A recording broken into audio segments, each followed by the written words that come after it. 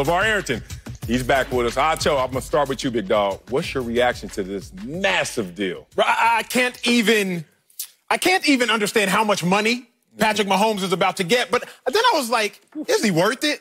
That's what I was looking at my nose for. Of course he is worth it. Okay. Think about Patrick Mahomes. Good. The man won a Super Bowl. Patrick Mahomes won a Super Bowl before he lost a game by more than 7 points in his NFL career. Think about Patrick Mahomes. In his first 2 and 3 seasons, the dude has a Super Bowl MVP. The dude has a NFL MVP. Patrick Mahomes has already proven on the field that you can depend on him to the highest level. But now, when you're going to give somebody a $10 million deal, Marcellus, you got to understand, well, what am I doing as far as off the field? What am I having to deal with?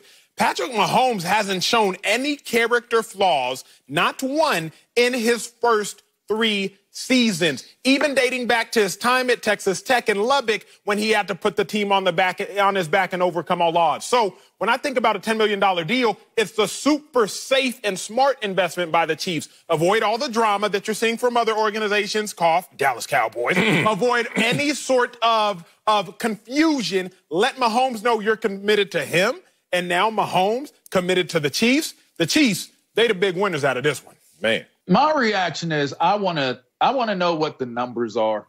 The death lives in the details, right? So the detail of what this contract represents in reality versus perception. I love when the NFL and teams put out there, the ball clubs put out there, the richest deal ever in the history of the league. Yeah, that's if you were to see that money. All right. This is the difference between Bobby Bonilla and Patrick Mahomes potentially. All right. Bobby Bo's still getting paid. He ain't played since I was playing. All right. He's still getting paid by the Mets. You know why? Because it was fully guaranteed. Now, if the report came out and said they have agreed to a deal, we don't have the numbers yet, but we do know it is fully guaranteed, no questions asked. I'm okay with it.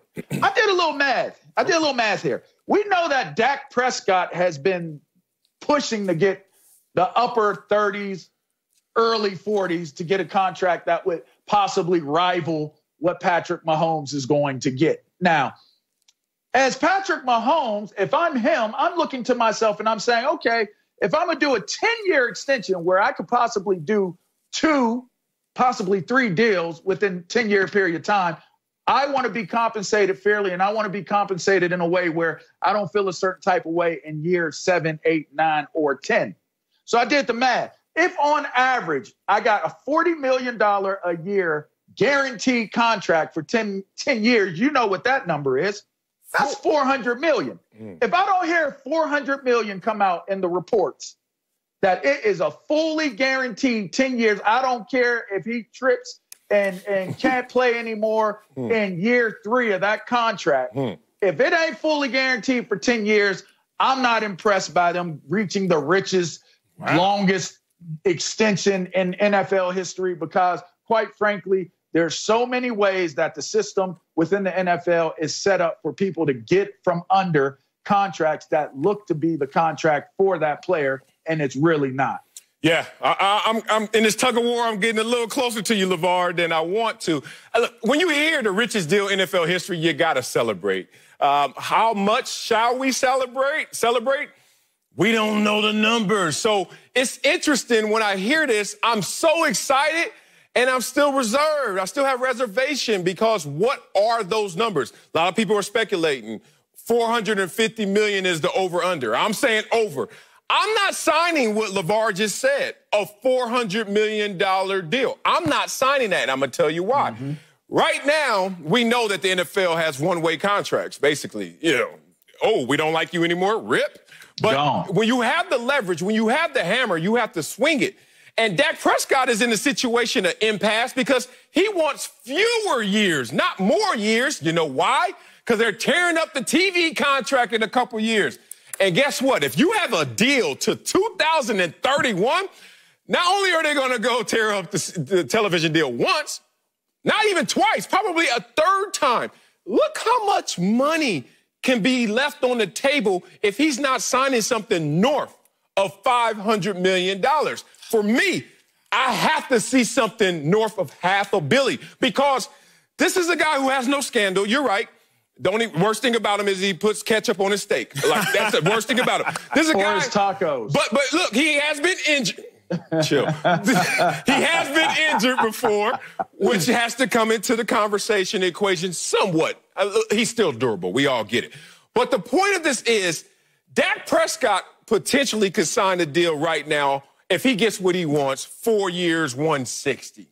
Then he could look back, get another one, 4 years, 160. So now we're at 320. And then we're talking about there's another deal if he's still playing that level, and you got to get even more than that. Why would Patrick Mahomes put himself in a long-term conversation to be comparable to Dak Prescott?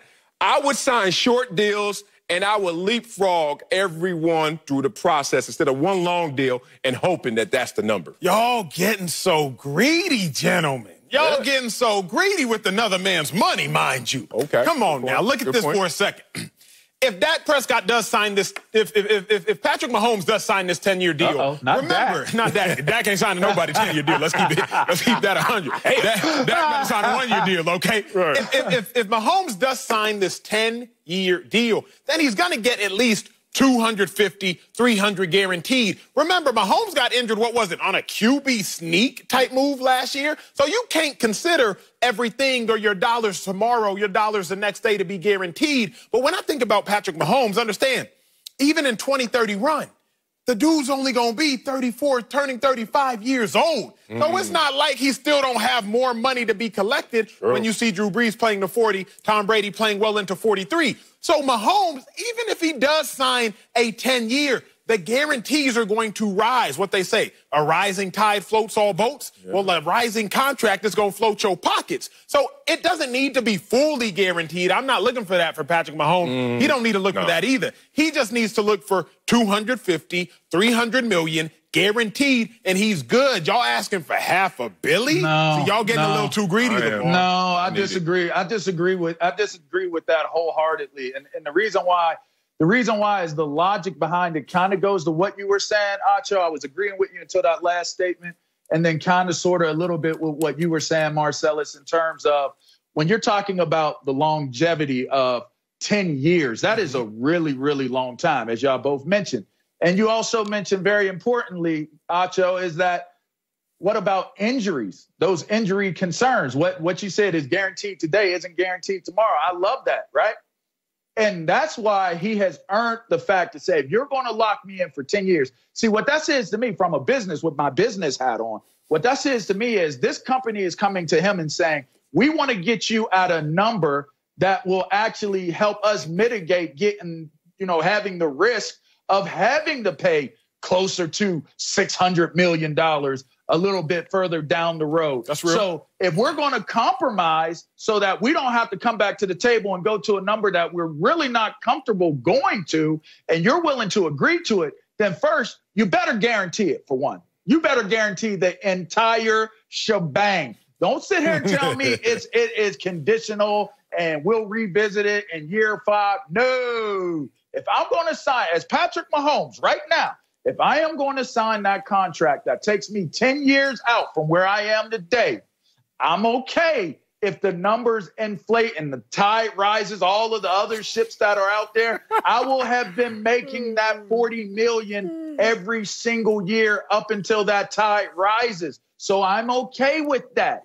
If it's guaranteed and we restructure and y'all want to give me more because I'm out playing my contract, great. But I want to feel as though because I've earned the right being the best quarterback, if not number 2 in the league, if not number 2 best player in the league right now, that I am being compensated for it if I'm going to sign a decade-long deal. And that has to be a guarantee, and it has to be a locked number, no less than what it's supposed to be when you're going where you're going. That's fair is fair. Yeah, you really got to put a stopgap on the value as it can fluctuate. And we're all thinking about how it can go up, but also there needs to be a floor as it goes up. Think about it. Like one day, if he signs for $40 million per, so that's 10 years, 400.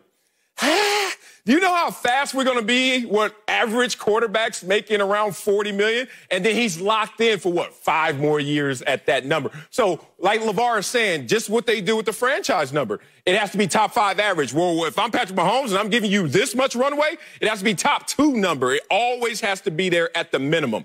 But franchises don't give you long-term deals unless they know they're going to win in the process. And these projections, you have to understand, why you get a long-term deal in the first place is to make it cap-friendly so you can spread it over in terms of the salary cap going forward. So they basically walk up to you and say, I'm going to give you so much money now that you're going to forget that I'm giving you a discount on what you're really valued. And you don't understand it because you're like, look at all this, Acho. Oh, my God, what am I going to do with $400 million? They're like, you could have had 600, but you know what? Take it all right now. It's like the lottery. When they offer you, do you want it in monthly sums? Lump sum? Or lump sum? Or do you want it monthly, yearly? Or do you want to pay 60% and get the 40%? And that's the conversation. Now, to pivot a little bit, it has a ripple effect in NFL. We were talking about Deshaun Watson, Dak Prescott.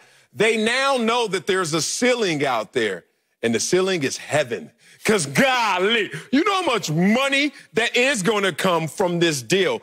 Restructuring in this situation, a lot of times quarterbacks are the first to restructure. They get a lot more cash up front, and then they push the deal even farther back.